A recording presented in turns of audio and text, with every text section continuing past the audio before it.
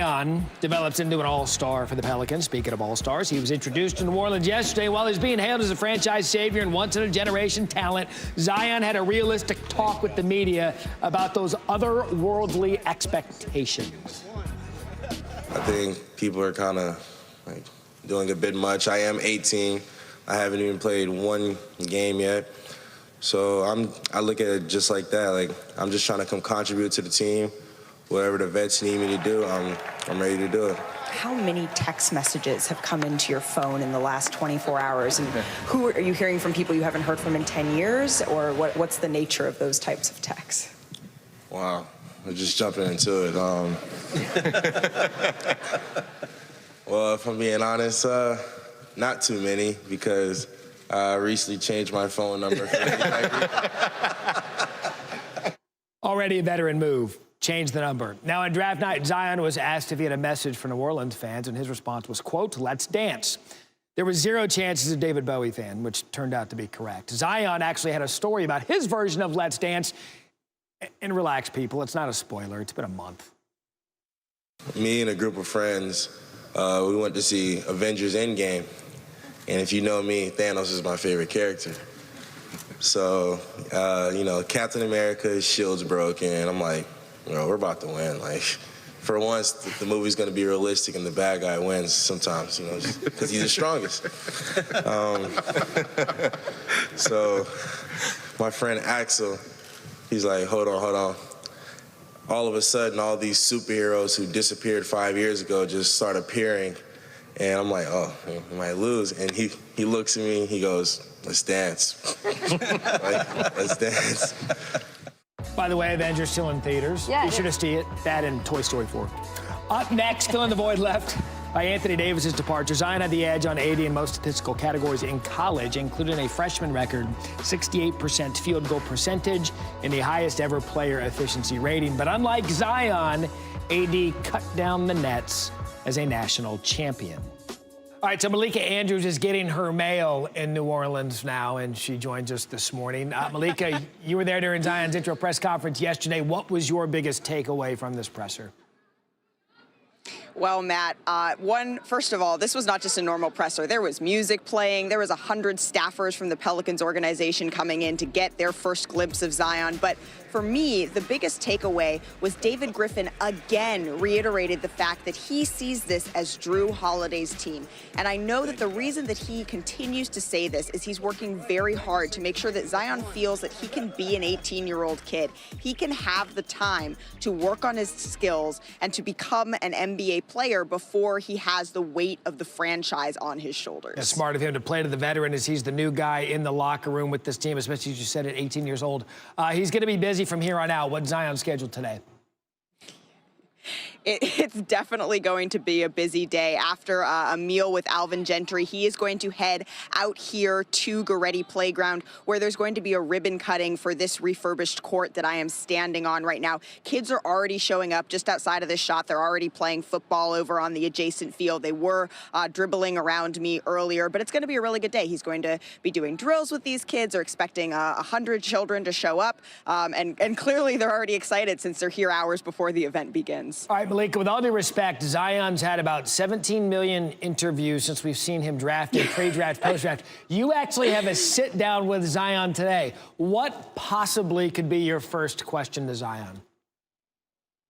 Well, you know, my first question to Zion on a day like today is how important is it for these young children in an area that was heavily affected by Hurricane Katrina to see a guy like him here today? How important is that to them? So that's going to be what we chat about first and foremost. Look at Malika. She's already going with the how with Zion, a new approach to what's going to be a remarkable, hopefully a remarkable career and moment for him out there today. Malika Andrews all over it in New Orleans this week. Malika, thank you.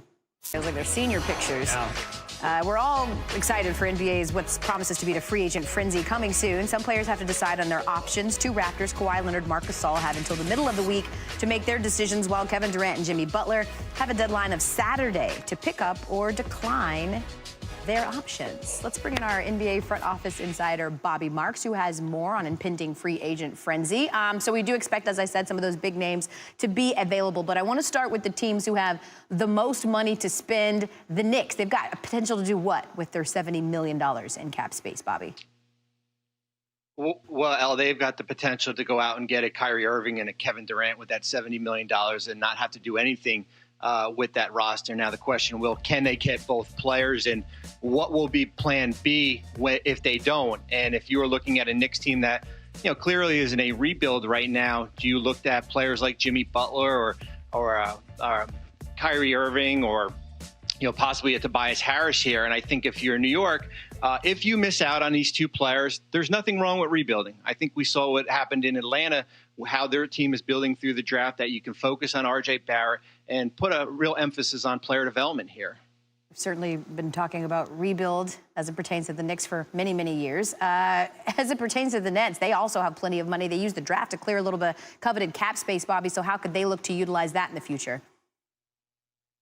Well, you're right. They cleared about $1 million when they moved that pick to the Clippers for a future first-round pick, and they've got the position too, like New York, to go out and get two max players. The question will be is if they have the opportunity to go out and get a Kevin Durant and a Kyrie Irving, they still need to move about $1.3 million in a player here. And the difference between Brooklyn and New York is that Brooklyn still has D'Angelo Russell as a restricted free agent, so they can bring back Russell, go out and get a player like Tobias Harris, and add those two players there, where New York is a little bit different, where they don't have that all-star under contract already. Okay, so we have much more with Bobby Marks coming up in the next hour. He's going to tell us which team could be a surprising free agent team and who they could be going after. It's definitely a name we haven't heard before. So Bobby Marks sticking around for that. Time now for the week in review, which will start where it should, the NBA draft. We knew that there would be movement. And on Wednesday, the day before the draft, the Grizzlies pulled the trigger, sending the face of their franchise, Mike Conley, to Utah. And then the Pelicans, the day of the draft, trade the number 4 overall pick to Atlanta for picks 8, 17, and 35. When the dust settled, the top 3 picks went according to plan. Zion to NOLA, John Morant to Grind City, R.J. Barrett to NY. But maybe more surprising, the raw emotion from these young men, despite having a pretty good idea for some time that they'd be called early. I don't even seem real that I just shook his hand. I dreamed about this since I was 4. And for it to actually happen, I just thank God for it. Tell your dad what this means. It means a lot for both of us. We both know what I've been through. I don't want to get a little emotional up here, man, but I just want to thank him for everything he done for me. He made me who I am today, and I'm just thankful for it all. I'm excited for him. Your children make goals, and they go out and achieve them. You have to be proud, very proud. I'm proud of you, son. Wow, of course, those moments, part of a pretty unforgettable night. Could say the same for some of the threads we saw, Matt. Yeah, if we're going to review the week properly, we have to discuss one of the most discussed parts of the draft, player fashion, and we'll decide who wore it better. Sure. And we start with where we should, at the very top, with a one-name phenom that is being called a once-in-a-generation talent. Zion, as you see here, decided to wear the all-white, with the main color being a little bit of an off-white. Where have we seen the all-white look before from a one-name icon, top overall pick, once-in-a-generation talent? Oh, that's right, 2003. As for who wore it better, give me Zion, because apparently LeBron couldn't give his suit to a tailor. Thankfully, neither was Tim Thomas. Oh, preach. Darius Garland is now a Cav and fired up the internet with this kimono/bathrobe/snuggie number by Fear of God. He can create shots. He has an NBA-ready jumper. And he's also ready to spring into action to fight the Empire whenever needed. As for who wore it better between Garland and Obi-Wan, the dude. The dude wore it better. Yes, okay. Oh, Tyler Hero. I'll give the Kentucky Star this much. His suit choice was his namesake, because it takes a hero to pull off this look. Anyone who could proudly strut the Austin Powers look is heroic. However, give me Powers. He was a British swinger with chest hair and girlfriends. Oh, behave. Had to go there. While Bol was busy at the draft, I like to imagine that his voicemail went something like, "I'm sorry, I'm not home right now. I'm walking into spiderweb. Hey! So leave a message and I'll call you back." Beep. Bol, hey, I love that you paid tribute to Elvira, and Mistress of the Dark is a totally unique marketing approach. Okay, bye. And suddenly I'm at my 90s is showing. Which is good because it was since 1995 the Raptors were a franchise. They've been waiting with all of Canada to be crowned an NBA champion, and they showed up in the millions. Crowd estimates between 1 and 2 million fans, including maybe the biggest singing of "O Canada" of all time. I love it when things come full circle. Remember NBA Media Day when Kawhi was introduced as a member of the Raptors and his viral, creepy laugh heard around the world? Well, from start of the season giggle to championship celebration giggle, who knew Kawhi could make a funny of himself? Enjoy this moment and have fun with it. Ha, ha, ha, Yeah! For the record, Petty Kawhi is my favorite Kawhi. However, the situation in Houston is no laughing matter. Also, maybe not a problem. After reports that the relationship between Chris Paul and James Harden was unsalvageable, their GM, Daryl Morey, and CP3 himself brushed off the rumors of discord, despite the reports claiming that Harden and Paul didn't speak for nearly 2 months during the season, which is totally fine, Matt, so long as they continue to share the ball on the, well, forgot. But yeah, I digress. Never mind. Yep, it's a problem. The first pick, the New Orleans Pelicans select Zion Williamson. I think people are kind of doing a bit much. I am 18. I haven't even played one game yet. Whatever the vets need me to do, I'm ready to do it.